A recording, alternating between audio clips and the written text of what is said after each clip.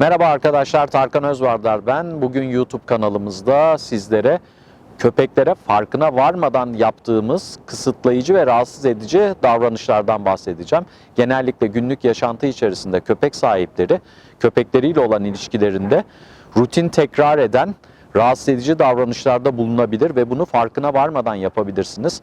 Bizim için normal kabul edilen veyahut da köpeği rahatsız etmeyeceğini düşünerek, hatta düşünmeden yaptığımız hareketlerin bazıları köpekler için ciddi anlamda rahatsız edici olabilir. Biraz bunlardan bahsedeceğim size. İlk başta bahsetmek istediğim şey, ev içerisinde yaşayan köpeklerde özellikle geçerli olan hayvan sahibinin yoğun biçimde kullandığı parfüm, oda spreyleri ya da çamaşırlar için kullanılan yoğun kokular, parfümlü deterjanlar veyahut da ev içerisinde bizim çok hoşumuza giden, sakinlik verdiği ve hoş kokusuyla bizi rahatlattığını düşündüğümüz tütsüler. Biliyorsunuz arkadaşlar, köpekler aynı zamanda burunlarıyla yaşayan canlılar ve burun reseptörleri çok kuvvetli. İnsandan çok fazla, mukayese edilemeyecek kadar fazla seviyede hassasiyeti olan canlılar, özellikle kokulara karşı. Daha önceki videolarda da bahsettim. Bir yemek yapılırken yemeğin içerisine katılan bütün bileşenleri ayrı ayrı pişmiş bir yemekte alabilecek kadar hassas bir burun yapısı var köpeklerin. Dolayısıyla ev içerisinde özellikle çok fazla kimyasal içeren oda parfümleri, kendinize şahsi kullandığınız parfümler, deodorantlar veyahut da tütsüler köpekler için çok ciddi anlamda rahatsız edici olabilir. Birçok köpek sahibi zaten buna şahit olmuştur. İşte odanızda kendinize parfüm sıkarsınız, 2 saniye sonra köpeğiniz hapşırır ve odayı terk eder.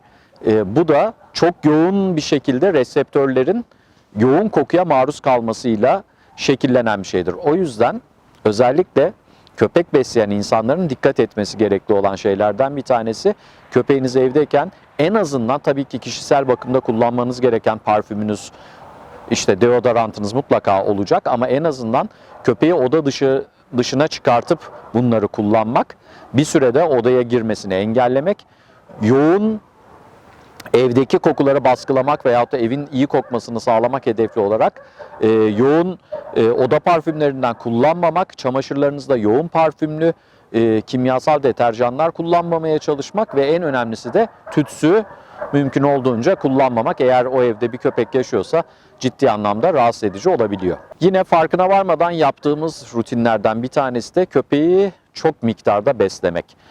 Özellikle Türkiye'de çok sık rastladığımız şeylerden bir tanesi, köpekler yuvarlak hatlı olduğu zaman köpeklerini sağlıklı zannediyorlar. Biliyorsunuz atletik yapı yuvarlak hatla bağlantılı olan bir yapı değil ve köpeklerimizi yüksek miktarda beslediğimiz takdirde evet görüntüsel olarak çok sağlıklıymış gibi gelebilir ama yüksek miktarda besleme, obezite videosunda anlattığım gibi, yine bununla alakalı bir obezite videomuz var. Köpekte sağlık açısından çok olumsuz etkiler oluşturabiliyor. Dikkatli olmak gerekiyor. Köpeğimizi yeteceği miktarda beslemek çok önemli ve rasyonunu seçerken köpeğin yaşantı siklusuna uygun nitelikte olan formülasyonları kullanmak gerekiyor. Bir mamanın çok iyi olması protein değerinin çok yüksek olmasıyla bağlantılı olan bir şey değil. Köpeğinizin ihtiyacının ne olduğu ve o ihtiyaca yönelik besleyip beslemediğiniz. Fazla miktarda beslemek çok doğru bir mantık değil.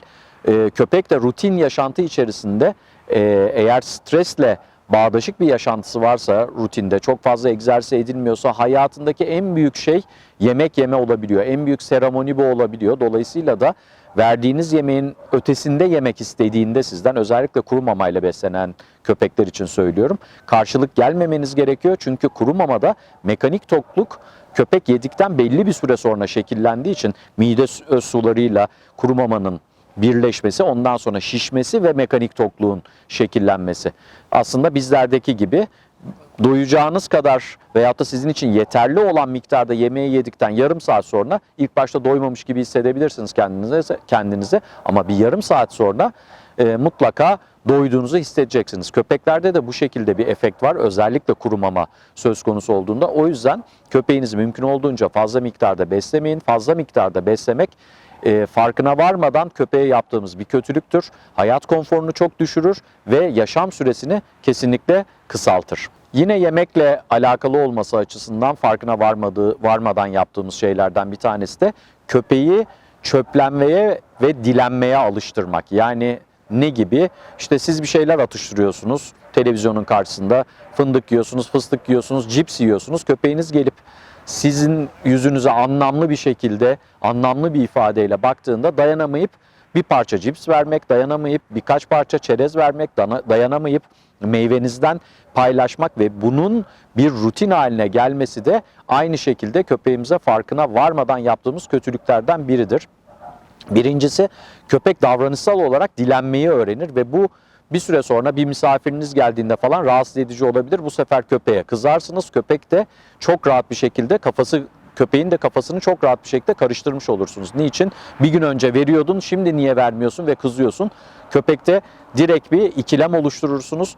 Birincisi davranışsal olarak zaten doğru bir şey değil. İkincisi, bizim için nitelikli olan bazı yiyecekler köpekler için son derece niteliksiz olabilir. O yüzden yiyeceklerimizi sürekli köpeklerle paylaşmak ve köpeği açıktan dilenmeyi öğretmek yine farkına varmadan yaptığımız yanlışlardan bir tanesidir. Yine tabii köpeklere farkına varmadan yaptığımız sıkıntılı davranışların altında kendi köpeğimizin ırkına uygun bir yaşantı modeli ya da davranış şekillendirmemek de geliyor.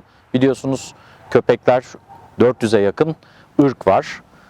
Rejistre edilmiş, kayıt altına alınmış olan 400'e yakın ırk var ve bu ırkların birbirinden farklı özellikleri var ve bu özelliklere bağlı olarak da farklı ihtiyaçlar ve farklı yaşam döngüleri oluşturmak gerekiyor.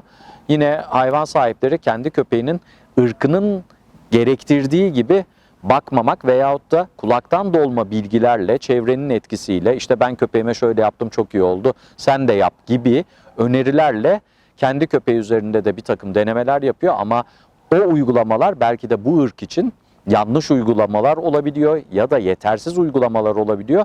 Bunların hepsine dikkat etmek gerekiyor. Özellikle küçük ırk sahiplerinin büyük ırk sahipleriyle korelasyonlu diyalog içerisinde olması ve buna bağlı olarak işte bir büyük ırkın, bir Doberman'ın egzersiz ihtiyacıyla bir İngiliz Bulldog'un egzersiz ihtiyacı birbirinin aynısı değil. Egzersiz modelleri de birbirinin aynısı değil. Bunlara dikkat etmek gerekiyor. Ya da beslenme şekilleri aynı değil, ihtiyaçları aynı değil. O yüzden ırka spesifik bilgiler edinmek ve ırka yönelik uygulamalar yapmakta fayda var. Yine köpeklerimiz için sıkıntılı davranışlarımızdan bir tanesi de köpeği sürekli baskı altında tutmak. Nasıl bir baskı? Yani aynı siklus içerisinde döndürmek köpeği.